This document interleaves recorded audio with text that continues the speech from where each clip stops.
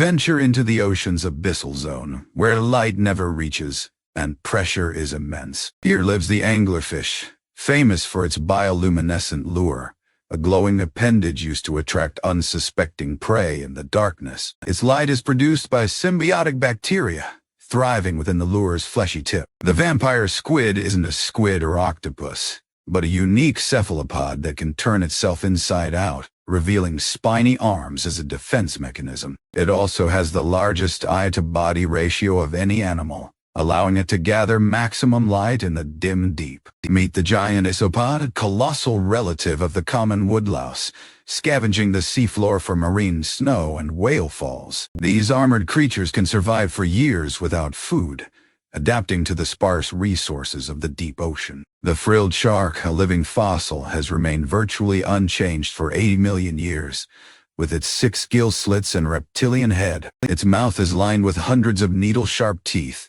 perfect for snatching soft-bodied prey like squid. These extraordinary beings offer a glimpse into Earth's last unexplored frontier, defying the harshest conditions.